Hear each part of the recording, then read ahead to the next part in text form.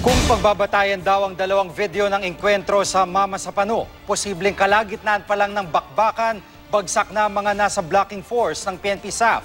Samantala, pinag-aaralan na ng National Bureau of Investigation o NBI ang pwedeng ikaso laban sa mga nag-upload ng video at sa mga nagbebenta nito. May report si John Consulta. Okay na ba?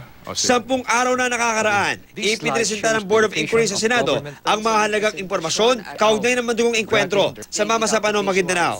Batay sa ipinakita nilang mapa, sakop ng 105th Base Command ng MILF ang lugar kung saan naipit ang 55th PNP Special Action Command o SAC na nagsilbing blocking force sa operasyon. Malapit doon ang itinuturong kuta ng Bangsamoro Islamic Freedom Fighters o BIFF.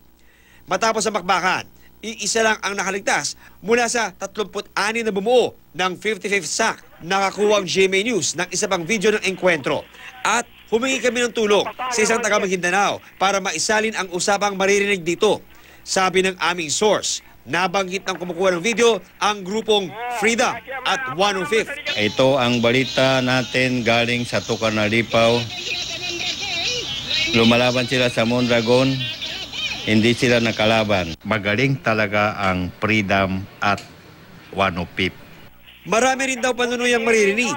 Nahirapan pala kayo. Wala tayong magawa. Yan na talaga ang buhay nyo. Ang napasok nyo ang area ng Mondragon. Nahirapan si kaibigan kaya nakatulog ng mahimbing. Nakatulog si kaibigan, pulis. Nagtanong kami sa aming mga source sa Maguindanao kung sino o ano ang binanggit na Mondragon. Pero wala pa makapagbigay ng malinaw na sagot. Makikita rin sa parehong video na mababa pa ang araw habang nagpapaputok ang mga armadong lalaki.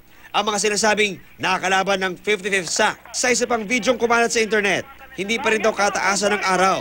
Ipinakita namin ito sa isang military expert. Ito ay indicator ng shadow na yan.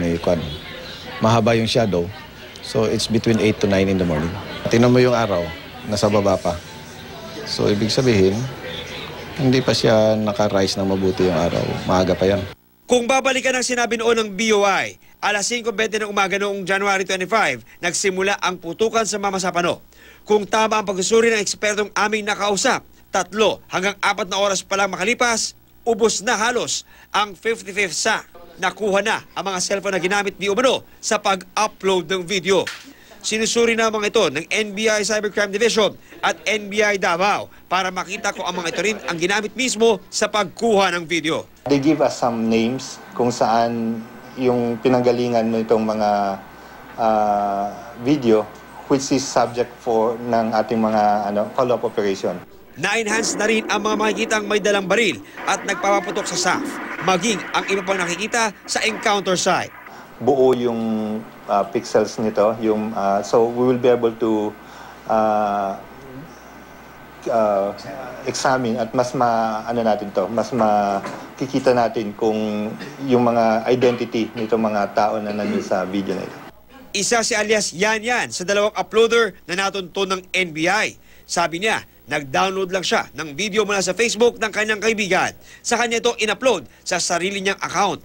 Pinuntahan naman namin ang isa pang sinasabi ng NBI na uploader at na-trace sa Kidapawan. Pero ayon sa lokal na pamahalaan, wala silang record ng pangalang sinabi ng NBI. Pinag-aaralan pa rin ng NBI kung ano ang maaaring ikaso sa mga nag-upload ng video. Maharap din sa asunto ang mga mahuhuling nagre-reproduce at nagbebenta ng mga DVD na naglalaman ng videos ng engkwentro. John Consulta, GMA News.